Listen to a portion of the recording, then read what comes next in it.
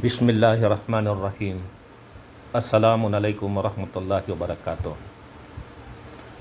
Isa sa bagay na masasabi nating napakaswerte nating mga Muslim ay ang relihiyong ating sinusunod ay hindi ito gawa-gawa lamang ng tao, kundi ito ay special na ibinigay ng Allah subhanahu wa ta'ala sa atin.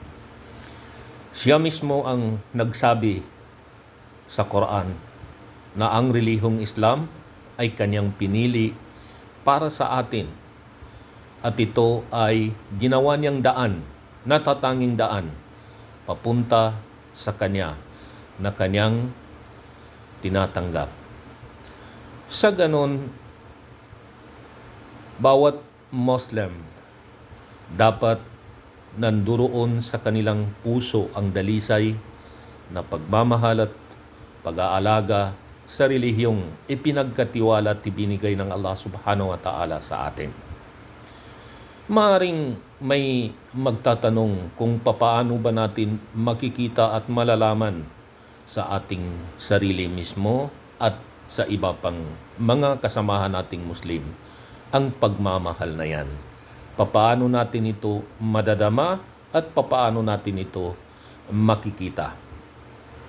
Kung ating tatanungin ang apo ng Rasulullah, isa sa mga imam, ganito ang kanyang sinabi, na ang pagmamahal at pag-aalaga sa relihiyong Islam sa ating mga sarili ay makikita sa ating pagmamahal sa ating mga brothers and sisters sa pananampalatayang Islam. Kung ganon,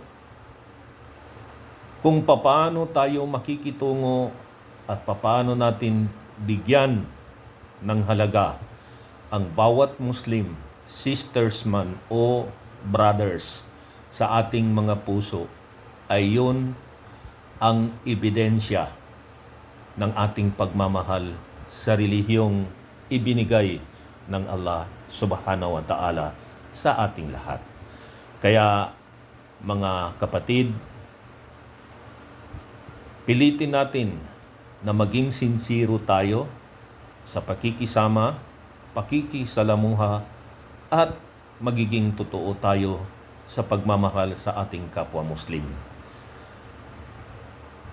Maraming salamat sa inyong pakikinig at sana po i-like ninyo or mag-subscribe kayo sa YouTube channel ko na Adaban sa Boyan at paki-share na rin po sa mga kaibigan ninyo at mag-comment po kayo para malaman natin kung ano po yung mga reaction ninyo.